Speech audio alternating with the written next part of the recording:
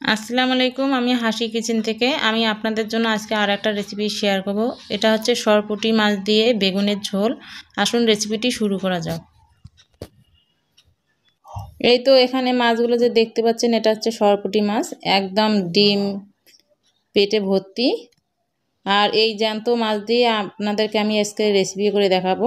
এই তো এখানে সরপুঁটি মাছগুলো আমি সুন্দরভাবে ধুয়ে পরিষ্কার করে নিয়েছি। 1 চামচ লবণ দিয়ে দিলাম, 1 চামচ এখন হলুদ গুঁড়ো দিয়ে দিব, 1 চামচ মরিচের গুঁড়া দিয়ে দেব। দিয়ে দেওয়ার পর ভালোভাবে মাখিয়ে নেব।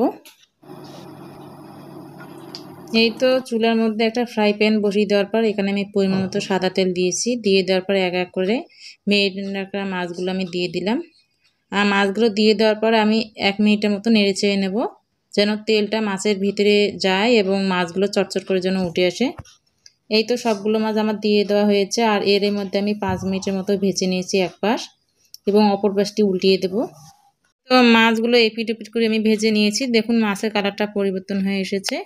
আর এই অবস্থাতে আমি মাছগুলো 10 মিনিট ধরে ভেজে নিয়েছি একদম মিডিয়াম জালে। এই তো মাছ ভাজা হয়ে গেছে, এখন আমি নামিয়ে নিচ্ছি।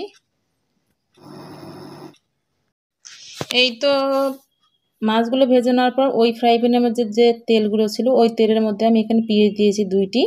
আর এর মধ্যে পেঁয়াজগুলো একটু হালকা ব্রাউন করে ভেজে নেওয়ার পরে ওখানে 1 চামচ লবণ দিয়ে দিলাম। দিয়ে দেওয়ার পরে এই তো শীতের নতুন বেগুন এসেছে, এই বেগুনটা দিয়ে তো আজকে আমি মাছের রেসিপিটি শেয়ার করব। এখন বেগুনগুলো দিয়ে দেওয়ার পর এখানে 1 চামচ আমি হলুদ গুঁড়ো দিয়ে দিলাম, 1 চামচ মরিচের গুঁড়ো, ঝালটা আপনাদের স্বাদ মতো। এখন দিয়ে দেওয়ার পর আবারও ভালো করে একটু নেড়ে চেড়ে নিচ্ছি।